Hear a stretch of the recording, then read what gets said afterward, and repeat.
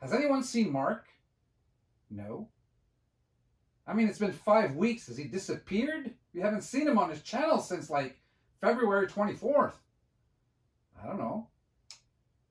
It corresponds to that day the Russians invaded the Ukrainians. Do you think he's gone over there to fight and help the Ukrainians defend themselves? I don't think so. Oh, maybe that book of his that he was writing, book 3 of his trilogy, maybe that got to him.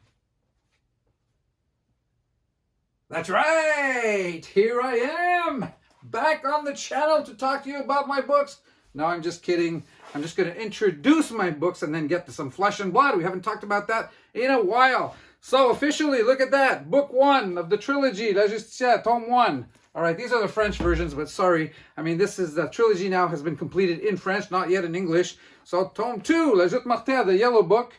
And the little third one that I am so proud of, Trahison et Revanche, look at that, Tome 3. Nice thick book once again, 120,000 words that I've completed, and it's come out on April 1st, but in the month preceding that, I had to do a lot of promotion, and actually over the next month or two, until the end of May, I will be on tour in Quebec, Canada, to promote the book, basically book fairs and so on and so forth. I have 9 total to do over the year, so hopefully you'll bear with me still. You'll stay a member of this channel, and you will enjoy what I have to tell you. So today we're going to get back to some flesh and blood and a couple of other subjects I want to talk to you about. So let's get to it.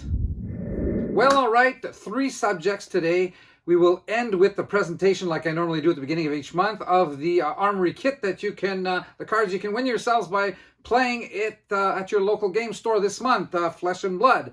All right, so first subject I wanted to talk about, though, has to do with, I've seen on, with one of my colleagues, I think it was Louis on his channel. He was talking about this so-called, Flesh and Blood 2.0 that would be coming. James White has talked about it in the past, announced it. There's one thing with which I did not agree with what I heard him say. Mostly I agree, but there's one thing in terms of the new sets that will be coming out. I really hope, you guys have heard me say this before. I mean, the fact that every new set has, well, we have first edition and unlimited. I would want them, if they're going to revamp what they're doing at Flesh and Blood, I would want that the new sets do not have an unlimited version.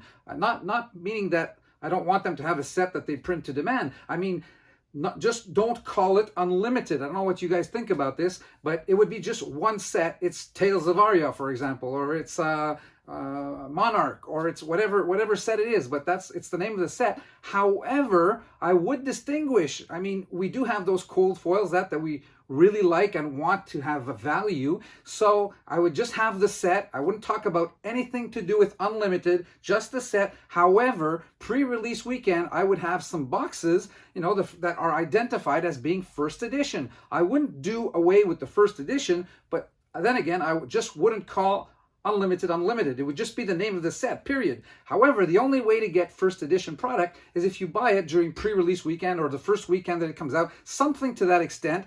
Not to hold back too much production. I mean, the print run would have to be sufficient for to allow anybody that actually wants the product that is in the game right now to have access to it, able to buy themselves a couple of boxes, a couple of cases, whatever. But and the people that will be looking for these products in the future are people that 3, 4, 5, 6 years down the line will want to get into Flesh and Blood, or could be hearing about it for the first time, and they will hear about the fact that there were some first editions, and if they want to go back and procure themselves those first editions, they will have value. So that would solve the problem of having, like we see right now, I mean, first edition boxes and unlimited boxes at the same price, barely at map, sometimes under map in the case of unlimited. So if I were Legend Story Studios, that would be my solution. We just have one set, period. It's called the name of the set. There's no such thing as unlimited. However, we do have first edition boxes at the beginning, and then it's just boxes that are not identified at all. It's just the set. So I hope that's clear the way I'm expressing myself, but I think that would be the solution. So then you have a rarity in the first editions. First editions would definitely be worth more, obviously, right? They'd be rarer, as I often say. And in those, obviously, those would be the boxes where we would find the cold foils, and the regular set would not have them. You would only have them in those boxes that are stamped first edition, and that's the way you can get your cold foils, and the only way you could get cold foils from that given set. So if it were me, that's definitely the way I would go. Let me know, you guys, what you think of that personally in the comment section below. All right, second subject I wanted to touch upon is the fact that this year, I know it's been COVID, and now there has been, it seems, over the past years, there's a couple of new games. I'm talking about TCGs in general here, new TCGs that are coming out, okay? That's my subject. There are some sets, TCGs, that have established themselves. I'm talking about Genesis, Battle of Champions, obviously Flesh and Blood. But there are a ton of new games that are coming out. There's Sorcery, the Contested Realms, everybody's talking about now because the Kickstarter has generated like over $3 million. There's Spells of Magic, a Canadian game made in Moncton. There's Titan Pantheon of the Gods. There's Nostalgic Grand Archive that is really coming strong for the fall, I believe. There's Legends Realms at War that's coming out also. And all these games are taking up, obviously, the TCG space that you and I and everybody that's a fervent collector or player of the games that we have in our surrounding. But the thing is with that is that I ask myself, and I want you to ask yourself this question and comment again in the comment section about this.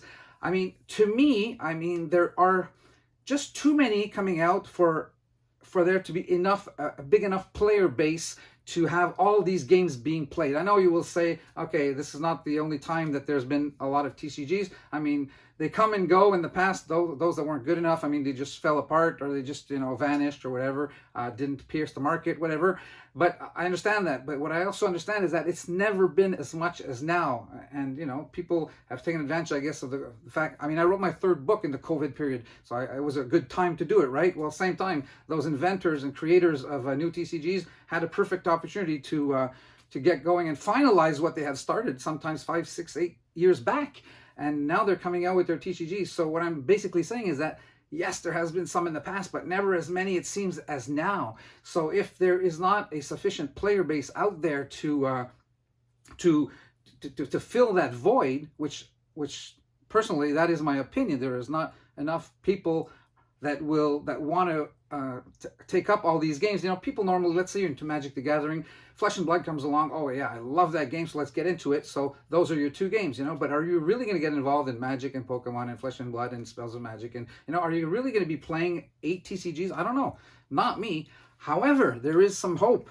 I think that the success of these games, or the success of the possibility that these TCGs keep flourishing and coming out, will depend on the willingness, or the ability of people to actually want to get involved in terms of collecting. So I think collectors and investors are where it will be at for in terms of the survival, or in the fact that these games will become, they will flourish. Like I said, they will become in demand. So I think it's important that these new TCGs that are coming out have in mind that there has to be collectability to their game, and that is extremely important, because personally there are a lot of games I don't play, but just because there is a lot of fun in collecting them, some rare cards to go chase after, and the art of the cards being super, and the fact that you like the concept and so on and so forth, that also investability. Sometimes that you buy something and it may not go up in flames right away. I mean, in terms of hiking of prices, but eventually you will not lose value, because they will always keep their value that they had at the moment that you actually purchased them. So I think that will be quite important, and that's the only way that all these games can hit the market and stay in the market, is that if they have collectability and investability, because I'm not so sure we have enough players out there that are willing to play all these games.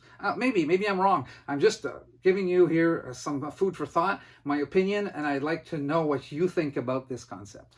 So that's it. That's what I'm thinking about that, and we'll see what's to come in terms of that. Yeah. So all right. So in the third part of the video, I wanted to talk to you about, as I usually do at the beginning of the month, about the Armory Kit that's available, the cards that you can win. Actually, what's great about the Armory Kit of this month in April is that they have come out with 3 different cards that are produced as a cold foil version. So every TCG has received 4 copies of each one of these 3. So Haze Bending here, let me show you up close. So as you can see, cold foil, Haze Bending, pitch 3. They have received 4 of each of these cards, as well as Passing Mirage right over here. I hope you're able to see clearly. This is the cold foil, and also Pierce Reality. So that's a total of 12 cards that the TCGs have received. The TCGs, LGSs, what am I talking about? Too many acronyms here. Anyway, LGSs have received, and they are able to distribute to the winners, obviously. Maybe even first 3 positions every week will be getting cold foils. And obviously, there are the cards also that are available as... they also have as extended art rainbow foil cards, and this month is released attention in all 3 pitches, as you can see, red, yellow, and blue. All right, so now what's the prize, the big prize also? If you are involved in the community, Flesh and Blood community, oftentimes these are drawn. I'm talking about the playmats now amongst the players that are present at the event. So let me show you the beautiful, oh my God, I just love this playmat. This is the beautiful playmat that's available in the April Armory Kit. Look at that. I hope you can see it all there on camera. I'm going back and forth just to make sure that you've seen it all. What a gorgeous playmat, as they usually have, Flesh and Blood, in terms of that. All right, so that's all I have for you today. Like I said before, I hope you guys will forgive me for not being too available or present on the channel. I have so many things going on. In COVID, I did have a lot of time, and things will get back to normal during the summer months as the touring slows down in terms of book fairs in June, July, August. Still, the next few months, April and May, I will be producing videos as I can do so. And until our next one, I hope you guys will be commenting a lot here, and so that I can answer you. You know, I always answer. We're trying to be interactive as much as possible, and I hope we'll see you guys soon. And for those of you that missed me, well, yeah, I'm there. I've gotten actually, I thought that was very cute. Thanks a lot, by the way, for those that emailed me to ask me what's going on, Mark. We're missing your videos. We want to see you back, of course. I haven't gone. I would have told you if I would have gone, right? It's just that things have been crazy, and I mean, I have to establish priorities. Although I'm retired, I'm a guy that likes to have new projects all the time. So I'm involved in so many things, you wouldn't even believe it. But anyway, I'll get that maybe into that another time. Until our next video, you guys stay safe out there. Help the others around you stay safe also. And thank you very much for watching. Bye-bye for now.